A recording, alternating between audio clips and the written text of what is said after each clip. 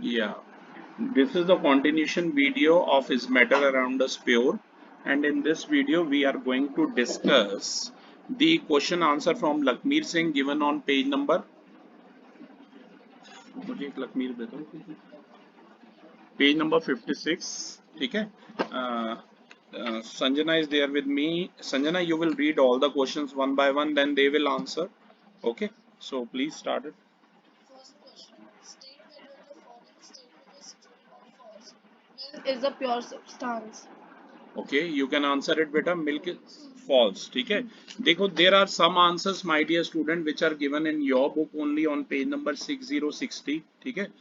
तो आप वहां से भी टैली कर सकते हो वो आंसर. तो ये स्टेटमेंट आपकी फॉल्स है. Very good. Next. Second, name three mixtures found in nature. Anyone?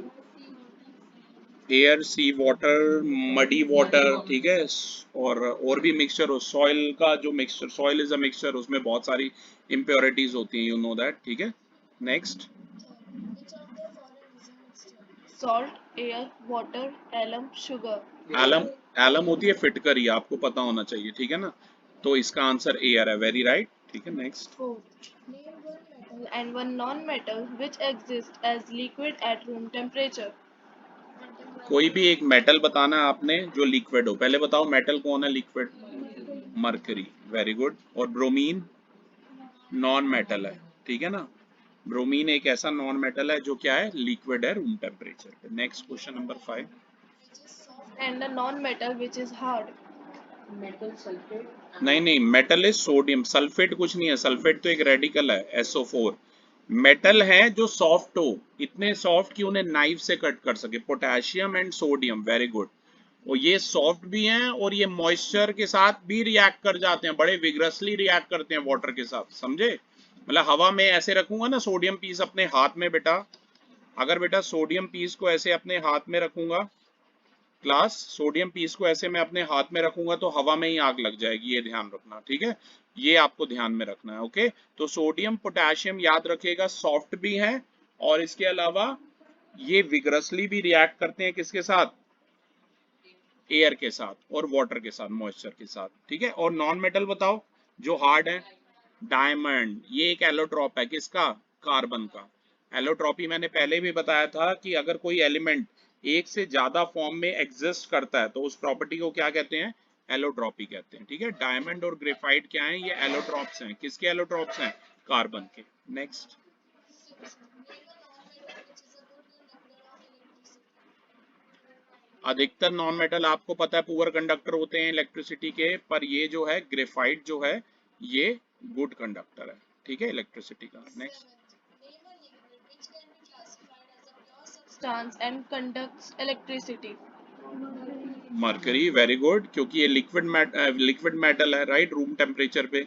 मैंने बताया था पहले इसका एप्लीकेशन थर्मोमीटर्स में भी होता था, पर आजकल जो है डिजिटल थर्मोमीटर आते हैं उसमें नहीं होता. Next. Eighth, name one solid, one liquid, and one gaseous non-metal. एक आपको पहले सॉलिड नॉन मेटल बताओ. डायमंड. वो किसका फॉर्म है? कार्बन का ही फॉर्म है. कार्बन एक नॉन मेटल है. अब एक liquid non metal, bromine. Bromine नहीं प्रोनाउंस करते, ब्रोमीन ही करते हैं, राइट. ठीक है. नेक्स्ट. एक गैशियस नॉन मेटल तो बहुत है, ऑक्सीजन है. ठीक है ना, बहुत है. एलपीजी एक नॉन मेटल नहीं है, एलपीजी नहीं बोलना. ठीक है. प्लीज आंसर इसका ऑक्सीजन लिख सकते हो, फॉस्फोरस लिख सकते हो. ठीक है ना.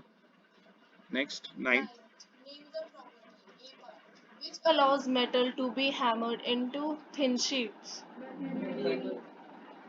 हाँ, ये क्वेश्चन नंबर क्या है? 9.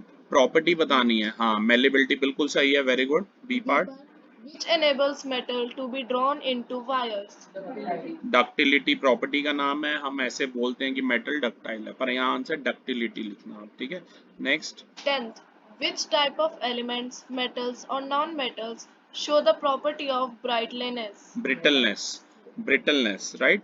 ऐसे कौन से एलिमेंट हैं वो मेटल या नॉन मेटल हो सकते हैं पर ब्रिटलनेस दिखाते हैं? बताओ, मेटल होते हैं या ब्रिटल या नॉन मेटल होते हैं? ठीक है, नॉन मेटल. पर यहाँ पर बुक देना एक मिनट.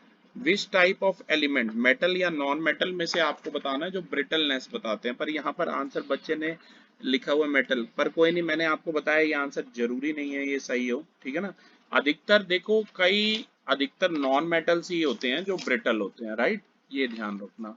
मेटल तो हार्ड होते हैं, स्ट्रांग होते हैं, वो ब्रिटल नहीं होते, ठीक है ना। तो ये आंसर आप नॉन मेटल ही लिख लेना। Next. 11th, metals are malleable and ductile. बताइए कौन बताएगा मेलेबल और डक्टाइल का meaning. Very good, very good. Metals can be beaten into thin sheets. Any element which can be beaten into thin sheet is a metal. And metal can be drawn into thin wires. तो ये property हो गई ductility, ठीक है। Next, 12th, what is meant by saying that non-metals are brittle? Non metal he brittle होते हैं, देखो यहाँ आ गया ऊपर, मैंने यहाँ सही भी कराया था, ठीक है ना। बुक में भी सही कर लेना ये वाला आंसर जो 9 क्या था वो, इससे पहले 10th वाला जो बच्चे ने मेटल लिखा है उसे नॉन मेटल लिख लेना, ठीक है, आंसर में। और नॉन मेटल ब्रिटल होते हैं, ब्रिटल का मतलब है विच कैन ब्रेक इजीली, आपको पता ही है ये, ठीक है। Next 13th, 13th, what is meant by saying that metals are sonorous? Metals are sonorous. Sonorous का मतलब है अगर हिट किया जाएगा तो साउंड प्रोड्यूस करेंगे, राइट। आपको पता है आयरन को आप हिट करेंगे किसी ऑब्जेक्ट से तो वो साउंड प्रोड्यूस करेगा, तो इस प्रॉपर्टी को हम क्या बोलेंगे, सोनोरिटी बोलते हैं। सोनोरिटी, SONORITY, ठीक है, sonority. 14th, what is meant by saying that metals are lustrous? बताइए, मेटल आर लस्ट्रस, बोलो बेटा। They have shiny appearance and yes shiny surface and they can be polished easily, ठीक है ना।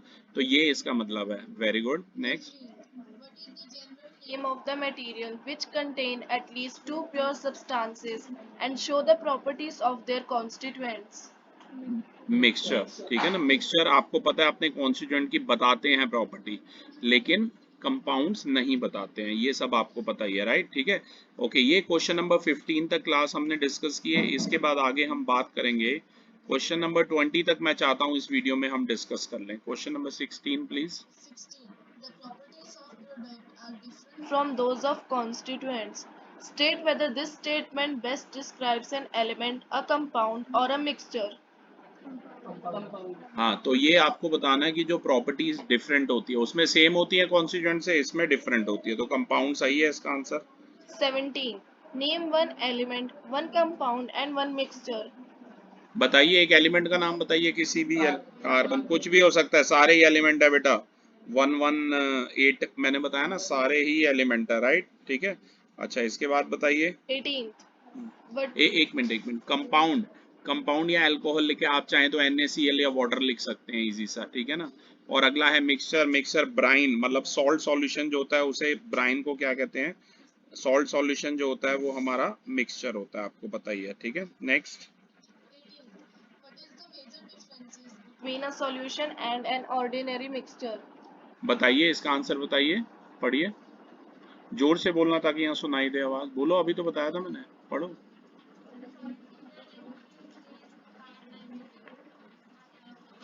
अगर आप इसका आंसर देखना चाहते हैं वो पेज नंबर बेटा लखमीर सिंह में ही दिया हुआ है, पेज नंबर 56 पर गिवन है इसका आंसर, राइट।